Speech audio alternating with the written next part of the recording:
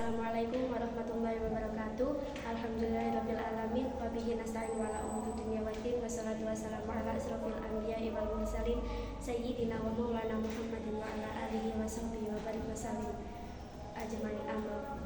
Yang saya hormati Abah Kiai Haji Idris Jamaluddin dan Ibunya Yai Jamimah Falasifah selaku pengasuh Pondok Pesantren Al-Mimmin Putri, dan yang saya hormati Ustadz Ahmad Ridhomi selaku Mudir Madrasah Kepala Dinia Pondok Pesantren Al-Mimmin Putri, dan yang saya sayangi kedua orang tua saya dan yang saya cintai teman-teman seperjuangan saya. Di sini saya Pravda Diman Sabrina akan menerangkan tentang takarub dengan sesembelihan pada Quran surat Al-Hajj juz 22 ayat 36 sampai 37. Pertama saya akan menerangkan tafsir perkata, yakni al-budin. Yang pertama, al-budin jamak dari kata badanah, yakni menunjukkan bahwa lafaz al-budin ini menunjukkan unta, baik unta itu perempuan ataupun laki-laki. Disebut al-budin juga karena untanya itu memiliki badan yang besar. Selain syarat adalah hadiah untuk Ka'bah. Lalu yang kedua, sawaf, jamak dari kata sofa. Sawaf ini bermakna barisan unta yang akan disembelih, dan unta tersebut satu kakinya diikat hingga unta tersebut hanya berdiri dengan menggunakan 3 kaki. Disebut nahar juga karena disembelih dengan cara berdiri. Yang ketiga, wajabat junubuha, yakni ketika unta tersebut sudah disembelih dengan berdiri, maka unta tersebut akan jatuh ke samping dan menandakan hewan itu mati. Lalu yang keempat, al-qani wal mu'tar. Yang pertama, al-qani, yakni ridho dan tidak meminta-minta.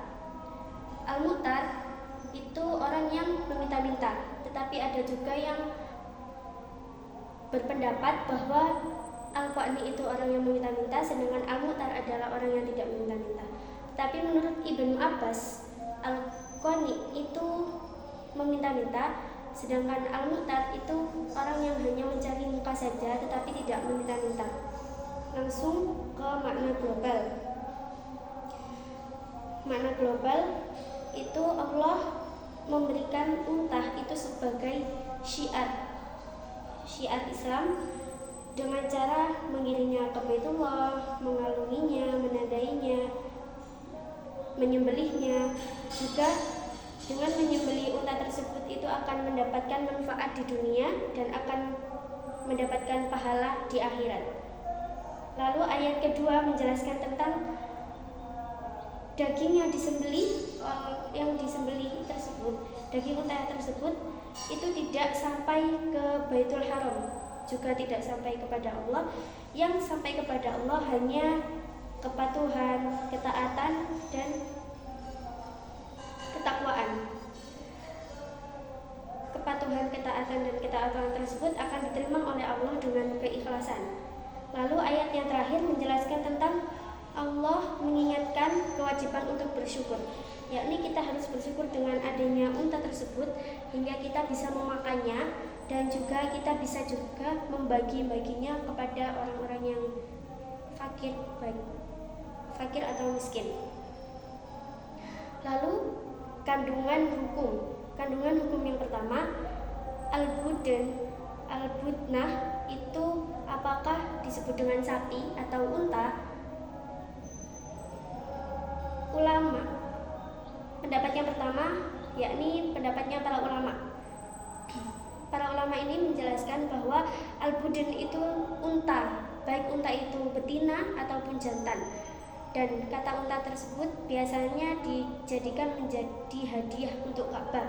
Lalu yang pendapat yang kedua yakni Imam Hanafi, Imam Atha, dan Imam Sa'id bin Musayyab itu memperbolehkan unta atau sapi karena kata budena itu menjadi mustarok, yakni memiliki 2 makna.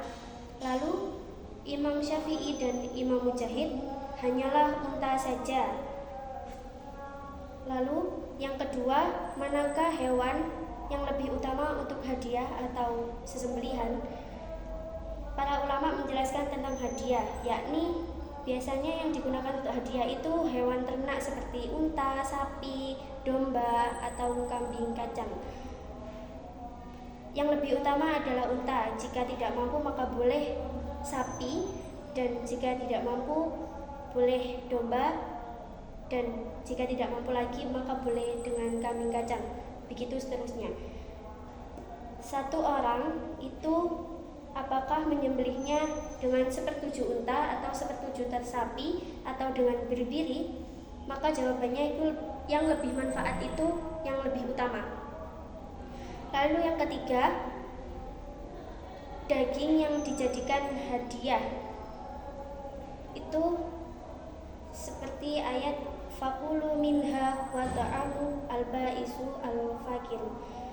Makanlah daging tersebut dan sedekahkanlah sebagiannya kepada orang yang susah atau orang yang fakir. Imam Abu Hanifah dan Imam Ahmad itu memperbolehkan untuk memakannya, tetapi jika daging sesembelihan tersebut untuk dam, maka si pengorban itu tidak boleh memakannya. Lalu pendapatnya Imam Malik itu diperbolehkan baik kurban itu untuk membatalkan haji, kecuali fidyah. Lalu Imam Syafi'i itu tidak mewajibkan atau tidak memperbolehkan, baik itu kurbannya wajib ataupun sunnah. Yang keempat, waktu dan tempat persembelihan kurban. Menurut Imam Syafi'i, waktu untuk menyembelih kurban itu pada nahar, pada hari-hari nahar atau pada hari tasyrik. Lalu Imam Malik dan Imam Ahmad berpendapat bahwa penyembelihan itu pada waktu nahar atau pada tanggal 11, 12, 13 Dzulhijjah. Maka tidak sah jika menyembelihnya itu pada tanggal 14. Lalu Imam Hanafi, Imam Malik dan Imam Hambali, Imam Maliki dan Imam Hambali itu kapan saja waktu penyembelihannya, dan Imam An-Nakhai itu menyembelihnya pada waktu nahar sampai pada akhir Dzulhijjah. Tempat penyembelihannya itu baik penyembelihannya itu berhukum sunnah ataupun wajib, tempat penyembelihannya adalah di tanah haram. Sekian dari saya. Wassalamualaikum warahmatullahi wabarakatuh.